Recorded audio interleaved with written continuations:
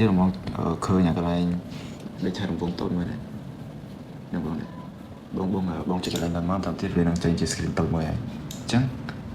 យើងអាចមានថាយើងអាចចូលកម្មវិធីផ្សេងមកតែ screen សួស្តីបងថ្ងៃនេះខ្ញុំមានវីដេអូថ្មីមួយទៀតបងណាមើលខ្ញុំមើលដឹងថាថ្ងៃនេះខ្ញុំមានបង្ហាញពីអីតែខ្ញុំមិនបង្ហាញពីរបៀប design នោះបងតែខ្ញុំបង្ហាញពីរបៀបខ្ជិលមួយដែលតងជាមួយនឹងយើងធ្វើការផងយើងអាចមើល YouTube ផងឬមួយក៏អាចមើល TikTok ឬមួយក៏ Facebook ផងក៏បានដែរអ្នកនរអញ្ចឹងខ្ញុំចង់បង្ហាញពីឃើញ screen តូចមួយបងអញ្ចឹងន័យថាយើងអាចធ្វើការផងឬមួយក៏យើងអាចធ្វើអីផ្សេងហើយយើងមាន screen តូចមួយនេះដូចជា YouTube នេះយើងអាចមើលវីដេអូផ្សេងបានហើយចង់មើលវីដេអូអីក៏បាននៅក្នុង YouTube អូខេអញ្ចឹងខ្ញុំបង្ហាញពី tip ហ្នឹងអញ្ចឹងដើម្បីធ្វើវាបានកើតនៅកម្មវិធីជំនួយអស់គ្នាគឺ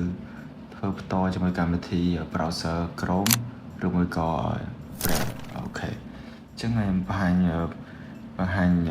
ពីរបៀបក្នុងការដាក់ screen តូចមួយហ្នឹងអូខេអញ្ចឹងខ្ញុំបង្ហាញទៅលើកម្មវិធី Brave មុនបន្តទៀតខ្ញុំនឹងបង្ហាញកម្មវិធី Chrome អូខេអញ្ចឹងខ្ញុំឧទាហរណ៍បងមើលអញ្ចឹងខ្ញុំឧទាហរណ៍ថាខ្ញុំ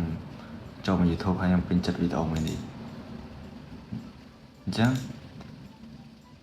បន្ទាប់ពីបងឲ្យរកវីដេអូមួយដែលបងដែលថាចង់មើលហើយតាមទៀតបងចុចឃើញកន្លែងនេះបងឃើញកន្លែងចម្រៀងហ្នឹងណាបងឃើញកន្លែងចម្រៀងហ្នឹងហើយបងចុចកន្លែងហ្នឹងមកតាមទៀតបងឃើញអាកន្លែងដូចថារង្វង់តូចមួយនេះបងចុចកន្លែងដល់មកតាមទៀតវានឹងចេញជា screen តូចមួយហើយអញ្ចឹងយើងអាចមានថាយើងអាចចូលកម្មវិធីផ្សេងមកតែ screen តូចហ្នឹងគឺវានៅជាប់យើងអាចមើលបានហ្មងអូខេអញ្ចឹងកម្មវិធី Brave ខ្ញុំបានបង្ហាញអញ្ចឹងខ្ញុំមកចូលកម្មវិធី Chrome ខ្ញុំបង្ហាញទៅកម្មវិធី Chrome ម្ដងអូខេអញ្ចឹងបងចូលកម្មវិធី Chrome មកអញ្ចឹងខ្ញុំខ្វែងនេះចោលទៅទៀតបងចូលទៅកាន់ YouTube បងមកYouTube បងមកយល់ទៅកាន់បន្ទាប់ពីបងចូលមកកាន់ model browser Chrome ហើយចូល YouTube មកតាមទីបងជ្រើសរើសយកវីដេអូមួយណាក៏បានដែរបងឲ្យបងចង់មើលចឹងខ្ញុំឧទាហរណ៍ថាយកវីដេអូមួយនេះចុះ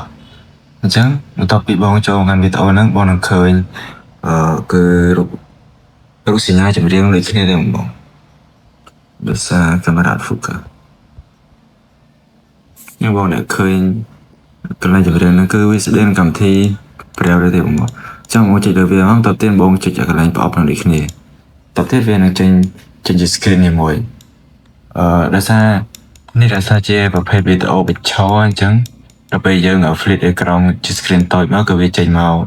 បែបទម្រង់បញ្ឈរដែរបងអញ្ចឹងគឺថាយើងចូលទៅកម្មវិធីមួយណាគឺ screen តូចហ្នឹងគឺវារក្សាទុកនៅដែរអញ្ចឹងបងអូខេបងចាវីដេអូហ្នឹងខ្ញុំ